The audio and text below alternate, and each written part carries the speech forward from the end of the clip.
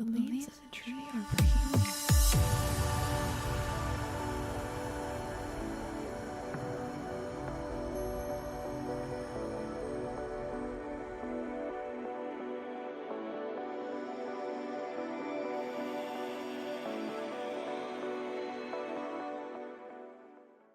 Shalom, everybody. So I want to read a little bit more of You Don't Understand the Bible Because You're a Christian by Richard Gist. The link to the book will be below in the description box if you're interested. In this chapter, he was talking about conventions in movies, such as in the older movies, you never have the hero die before the end. You know they're going to live. You know they're going to save the day. That was a convention. So I'm going to read starting on page 38. A secret. The Bible also offers conventions. Its writers employed familiar type scenes that met their audience's expectations. One of the most familiar was the meeting at the well. Anytime a man traveling in a foreign land came upon a girl at a well, everyone knew the two would get married. That was the well-worn convention. The fun was, how would the story be told this time? The writer would need to include 5 or 6 well-known steps to complete the type scene, and people would be alert to those. Robert Alter identifies these steps in the well convention. 1. The future bridegroom or his surrogate travels to a foreign land. 2. He meets a girl or girls at a well. 3. One or the other draws water from the well. 4. The girl or girls rushes home to share the news about the stranger. 5. A meal is usually shared. 6. And finally, a betrothal is concluded. The examples most often cited are those of Abraham's servant acting on Isaac's behalf and winning Rebekah's hand, Jacob and Rachel, and Moses and Zipporah, though others exist. The formula was important, but the writer could alter it to deliver a subtly different message. For instance, King Saul's well scene was as disarranged as the unfolding story of his life and his reign as king, and the writer expected her audience to make the connection. Tension between what was expected, the convention, and what was portrayed allowed the convention to work at different levels. This is sophisticated writing and fun. The ancients knew how the type scene worked.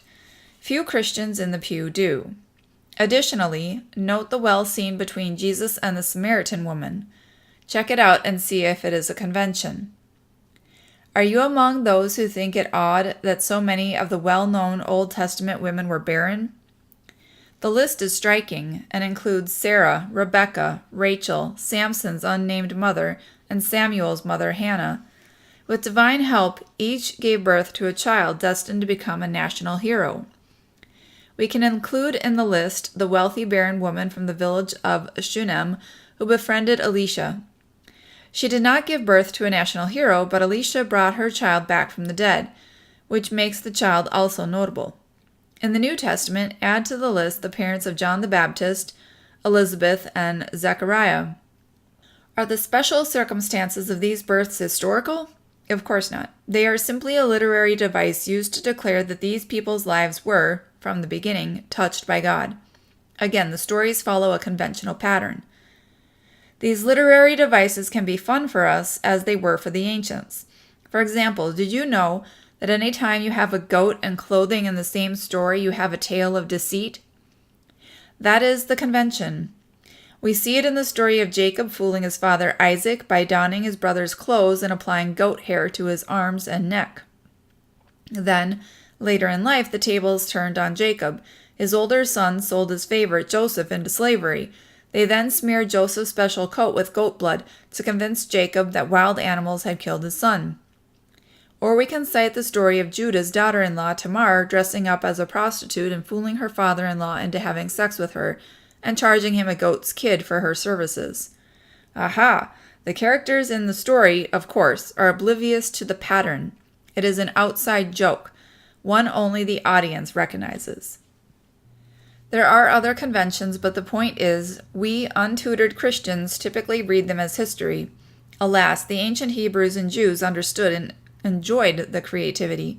We typically do not. I'm going to skip ahead and read some from a further chapter. Chapter 10, Mentioning the Unmentionables. Here is a fact for your worthless information file. The word penis occurs only once in the Bible, in Leviticus 23:1. It states, "No one whose testicles are crushed or whose penis is cut off shall be admitted to the assembly of the Lord," meaning the priesthood. I can barely speculate ways these circumstances might come about, and yet it was common enough in the ancient world that they established a law about it. I am more surprised that the word penis made it into the text even once, because the ancients were reluctant to put such things into writing. They consistently used euphemisms for sexual terms. A man did not have sex with a woman. Instead, he knew her, or lay with her, or went unto her. Because they obscured such things and events in a variety of ways, many Christians do not have the foggiest notion of that which was completely clear for the ancients. Again, rule number 1 applies. See page 1. For example, Ruth was not quite the wholesome gal that many think. When she and her mother-in-law Naomi concoct a plan to trick Boaz into marrying Ruth, it includes finding him stuffed with good food, drunk on wine, and sleeping after a long day of work and festivity. Ruth would locate him, uncover his feet, and lie next to him. A rather strange strategy until you know that foot is a euphemism for genitals. Ruth finds Boaz sleeping on the threshing floor, exposes him, and lies down with him. Also, Ruth's invitation to Boaz to spread his cloak over her is probably an invitation to have sex. And more than a few ancients would make the connection that, figuratively, threshing sometimes referred to the releasing of seed as in intercourse. Whatever was involved, it worked, and the responsible Boaz married Ruth. We have a similar use of the euphemism in the story of David and Uriah. David had sexual relations with Bathsheba while her military husband Uriah was away at the front. She became pregnant. David calls Uriah back to the palace with the scheme of getting him into bed with his wife to make it appear that he, and not someone else, is the father. After asking how the war is going, David instructs Uriah, "Go down to your house and wash your feet." 2 Samuel 11:8. In other words, go home, clean up, and make yourself intimately presentable to your wife, and bed her. Of course, Uriah did not do that, which is part of the drama of the story. Again, feet refer to Uriah's genitals. Another example, Isaiah in the 6th chapter of his book describes his calling from God. He is in the temple in Jerusalem and has a vision of God, high and lifted up, sitting on a throne. He then describes the seraphim, angelic beings, hovering over the scene. Of them he writes, "Each had 6 wings. With 2 they covered their faces, with 2 they covered their feet, and with 2 they flew. And one called to another and said, Holy, holy, holy is the Lord of hosts, and the whole earth is full of his glory." Isaiah 6:2. A remarkable vision. Even the angels covered their private parts, feet, out of respect, and perhaps a sense of decency. In the next chapter, Isaiah again uses foot as a metaphor for genitals. Prophesying judgment on Judah, the prophet says God will use Assyria as his razor to shave the head and the hair of the feet, and the beard as well, Isaiah 7:20. Feet do not usually grow hair. The reference is to pubic hair. The ancients avoided using uncomfortable words by using euphemisms, even though everyone knew to what they referred. For instance, both thigh and loin politely substituted for genitals. A man would confirm an oath by, gently I'm sure, grasping or touching the testicles of the one to whom he gave a pledge. When Abraham sends a servant in search of a wife for Isaac, he says to the man, "Put your hand under my thigh, and I will make you swear by the Lord that you will not get a wife for my son from the daughters of the Canaanites." So the servant put his hand under the thigh of Abraham, his master, and swore to him concerning this matter. Genesis 24:2 and on. The servant was bound to his oath because he had given the hand. In like manner, when the aged Jacob wants to ensure where his family will bury him, he says to his son Joseph, "If I have found favor with you, put your hand under my thigh, and promise to deal royally and truly with me. Do not bury me in Egypt." Genesis 47:29. And the son gave his hand to the father. Ezekiel speaks of a member of Judah's royal family who made a vow to the king of Babylon to live peacefully and not challenge Babylon's authority. He breaks the covenant by preparing for war, and of him Ezekiel prophesies. Because he despised the oath and broke the covenant, Because he gave his hand, and yet did all these things, he shall not escape. Ezekiel 17:18. This giving of the hand was widespread in the Near East at the time, and references to it appear wildly in scripture and other literature. When Ezra accepts the pledges of the priests that they would get rid of their foreign wives, we read, "And they gave their hands that they would put away their wives. And being guilty, they offered a ram of the flock for their trespasses." Ezra 10:19. The giving of the hand then appears similar to offering a firm handshake in our own time, except maybe in the former you washed your hands afterward. They also used foot for female genitalia, as in the ugly passage describing the desperate conditions that would befall the people of Israel because of their faithlessness. Even the most sophisticated woman would be reduced to eating the afterbirth that came out from between her feet. Deuteronomy 28:57. In similar manner, when Ezekiel compares Judah to a woman who spreads her feet to every passerby, he is clearly calling Judah a whore.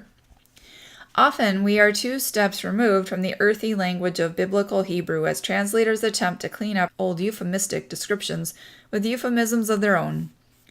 Most of us read sanitized translations. Sometimes the cleaned up versions border on silly. Many translators, for instance, have danced around Hosea 13:13, searching for a way to describe the birthing process. Many translations risk using the term womb, but in the Bible that my home congregation gave me when I entered the ministry, the words used were the place of the breaking forth of children, Hosea 13:13, King James Version. The Bible offers one passage from which, in my opinion, translators anxiously keep their distance. The northern tribes of Israel hated King Solomon, and when the king died, the Israelites were apprehensive about how his son, Rehoboam, would treat them. Representatives of Israel met with Rehoboam at Shechem and reminded the new king of the heavy load, taxes and slave labor, that Solomon had laid upon the people, inquiring whether the new king's yoke would be lighter. Rehoboam withdrew to consult with his advisers. The older ones gave good counsel, which he rejected. He then went to the younger men with whom he was familiar. Their advice was that he should tell the representatives of Israel, "My little one is thicker than my father's loins." You can almost hear them laughing, men among men, but in this case, more like boys among boys. We know that loin often refers to male genitals. It seems likely, if not obvious, that little thing, sometimes translated little finger, refers to the penis. Properly translated in street vernacular, the answer they suggested probably meant, "If you think my father screwed you, you haven't seen anything yet." It seems obvious, but no translator will touch it. Rehoboam, to his credit, did not use that specific language in addressing Israel's concerns, but he did tell them that he would increase the weight of their load. That answer precipitated the breakup of the United Kingdom. The northern tribes rebelled against King Rehoboam and Judah. Scripture is full of this kind of earthy but softened language. Thus, water of the feet means urine, and a woman's menstrual flow is the custom of women. Even St. Paul camouflaged his description of the genitals as the uncomely parts. Our problem as Christians is that we hold the Bible in such high esteem that we do not want to find vulgarities in it. The problem becomes most painful when one believes God gave, dictated, or directly inspired the words of the Bible, because God would never speak with lewd language. These are genuine problems for many believers, and it does little good for someone like me to say, "It's okay. There are other ways to look at Scripture and still keep it special." Really, there are. I have put some research into writing this chapter, and I now grasp a biblical passage I have always considered humorous. Humorous because I did not understand it. Deuteronomy parenthetically deals with a brother refusing to fulfill his part in the Levirate law.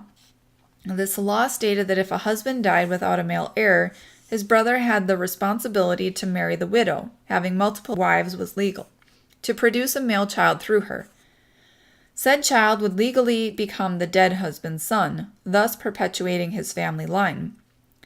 We have a description of how to deal with a refusal should the brother decline the offer. Then the elders of his town shall summon him and speak to him. If he persists, saying, "I have no desire to marry her," Then his brother's wife shall go up to him in the presence of the elders, pull his sandal off his foot, spit in his face, and declare, "This is what is done to the man who does not build up his brother's house." Throughout Israel his family shall be known as the house of him whose sandal was pulled off. Deuteronomy 25:8 and following. I have always thought tongue-in-cheek what a horrible brand this was to place upon one's family, the house of him whose shoe or sandal was pulled off. But I discovered that in the ancient Near East, shoe was a euphemism for female genitalia. The insertion of a foot into a shoe immediately comes to mind, of course, as well as images of soldiers sitting around a campfire talking about going to town to try on shoes. I do not find, however, any example of that usage in Scripture, with the possible exception of the above story about Levirate responsibilities. Pulling the shoe from the man's foot may be a symbolic way of acknowledging his refusal and also of shaming his entire family. Whether I am right or wrong, biblical people know what this was about. We Christians typically do not. Now you should recognize the connection between placing your hand on the Bible and the ancient tradition of placing one's hand on another's testicles. The words testify and testicles are related terms. If you enjoyed this video, you can consider liking, sharing, and subscribing. You can also go to lothealing.com, and on the right-hand side, there's a little place where you can find more contact links for me. Besides Facebook, I'm also on Twitter, Google+, Steemit, MeWe, Minds, Gab.ai, and also Patreon. You can follow me on Patreon for free, but you can also donate if you want to for as little as $1 a month. Everything is appreciated. Have a great day. Chris White once coined the phrase short-term New World Order freakout syndrome to explain what it's like to have your perception of the world shattered.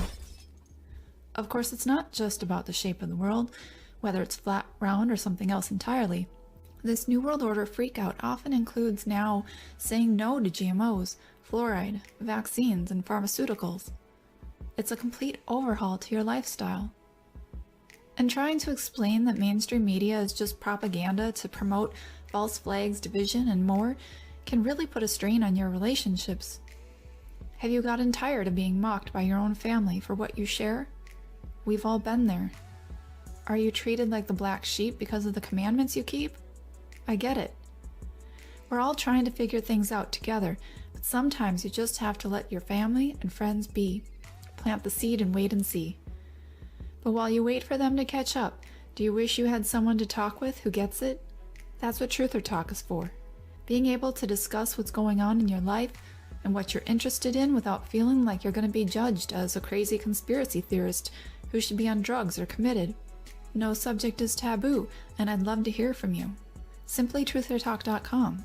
Simply make an appointment, and let's talk, Truther. Beliefs